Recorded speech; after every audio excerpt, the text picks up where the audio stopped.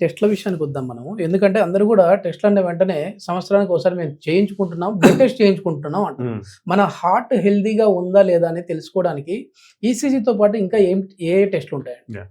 So, annual checkups అనేది మంచిది చేయించుకోవడం. ఎందుకంటే మనకి ఏమన్నా ఈ డేంజరస్ సైన్స్ ఉంటే ముందే బయటపడతాయి. యెస్. దానివల్ల మనం జాగ్రత్త పడి మన ప్రాణాలు హ్మ్. కాపాడుకోవచ్చు. మన గుండె ఆరోగ్యం తెలుసుకోనికి ఒక ఈసీజీనే కాదు, హ్మ్. కొన్ని బ్లడ్ టెస్ట్ అవసరం, ఓకే. గుండెకి సంబంధించిన టెస్టులు అవసరం. హుహు. సో కామన్‌గా చేసే టెస్ట్ గుండె మీ పనితీరు ఎలా ఉంది అనేది సింపుల్ 3 టెస్టులతో మనకు ఫుల్ తెలిసిపోతుంది. మెజారిటీ 95-99% తెలిసిపోతుంది. Okay. Okay. ECG first level of test. Hmm. Second level of test is 2D echo, అంటే ఓకే. ఎకో కార్డియోగ్రామ్, అంటే హుహు. Ultrasound of the heart. Okay. దాంట్లో మనకు గుండె పనితీరు ఎలా ఉంది, గుండె అనేది క్లియర్‌గా చూస్తాం. మూడోది 2 నార్మల్ ఉన్నా కూడా మన స్ట్రెస్‌కు ట్రెడ్‌మిల్ టెస్ట్ అంటారు. ఓకే. ఆ ట్రెడ్‌మిల్ టెస్ట్‌లో మన బాడీని మనం స్ట్రెస్‌కు గురి చేస్తాం. హుహు. ఆ స్ట్రెస్‌కు గురి చేసినప్పుడు మన బాడీకి కావాల్సినంత రక్తం సరఫరా అవుతుందా? మన గుండె దాన్ని తట్టుకోగలుగుతుందా?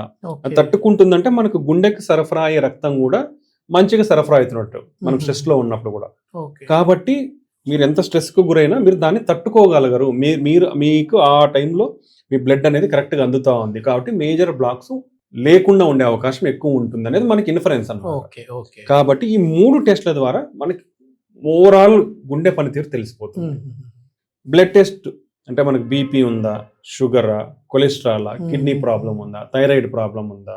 మన రక్తం ఎంత ఉంది? ఓకే. కొలెస్ట్రాల్ లెవెల్స్ ఎంతున్నాయి? ఇవి మనకు సాధారణంగా చేయించుకోవాల్సిన బ్లడ్ టెస్ట్. దీని ద్వారా ఓవరాల్‌గా మన హార్ట్ అటాక్ రిస్క్ గానియండి, ఫ్యూచర్‌లో హార్ట్ ప్రాబ్లమ్స్ రిస్క్ అనేది గానివ్వండి, ఎంత ఉందనేది మనం ఎస్టిమేట్ చేసుకోవచ్చు. బట్ ఇవన్నీ గూడా ఏంటివి? 1+1=2 ఎగ్జాక్ట్ మ్యాథమెటిక్స్ కాదు. This is science. యెస్. ఈ సైన్స్‌లో మనం ప్రాబబిలిటీ జరగచ్చు, ఇంత జరగచ్చు, ఇంత జరగకపోవచ్చు అనేది చెప్పగలం. యెస్. ఓకే.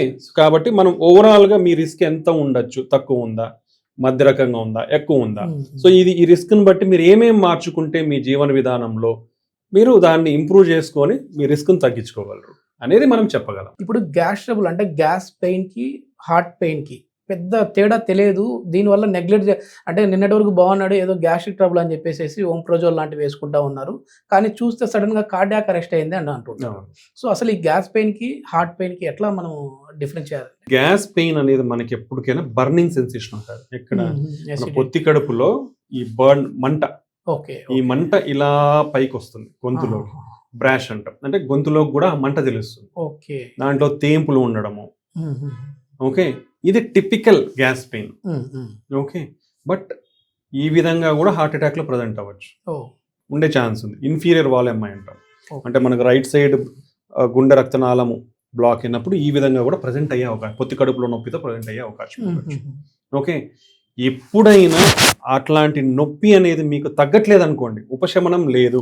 మీరు ఏదో ఓమిప్రోజోలో, యాంటాసిడో తీసుకున్నారు. ఒక హాఫ్ అన్ అవర్ కూడా మీకు ఉపశమనం లేదు. అప్పుడు మీరు జాగ్రత్త పడాలి. అది హార్ట్ అటాక్ అయ్యిండే అవకాశం ఉండొచ్చు. కాబట్టి గ్యాస్ పెయిన్ ఉన్నా కూడా మీరు మీ వయసుతో సంబంధం లేకుండా, అంటే 30 సంవత్సరాలు పైబడిన వాళ్ళు, లేదా ఈ ఏవైతే రిస్క్ ఫ్యాక్టర్స్ అంటాం, అంటే బీపీ, షుగర్, కొలెస్ట్రాల్ ఇట్లాంటివి ఉన్నవాళ్ళు, అటువంటి గ్యాస్ పెయిన్ అనిపించినా మీరు దాన్ని జాగ్రత్త పడాల్సిన అవసరం ఉంది. అది నెగ్లిజెంట్ చేస్తేనే మీ ప్రాణాలు కోల్పోతారు. ఓకే. కాబట్టి ఈ సడన్ హార్ట్ అటాక్ మనం ఎలాగ అనుకోగలము? ఒకటే ఒక test, ECG test. Okay. Okay. ఈ ఈసీజీ మీకు దగ్గరలో ఎక్కడ పోయి తీయించుకున్నా మీకు హార్ట్ అటాక్ ఉందా లేదా సింపుల్‌గా తెలిసిపోతుంది. ఓకే. సో మీకు ఇమీడియట్ డేంజర్ ఉందా లేదా అనేది తెలిసిపోతుంది. ఓకే. మీకు ఇమీడియట్ డేంజర్ లేదనుకోండి, మీరు సేఫ్. దాని తర్వాత ఏమైతే మీరు దానికి చేయాల్సిన టెస్టులు ఉన్నాయో, లేదంటే ఇంకోటో ఉన్నా మీకు ఇబ్బంది లేదు.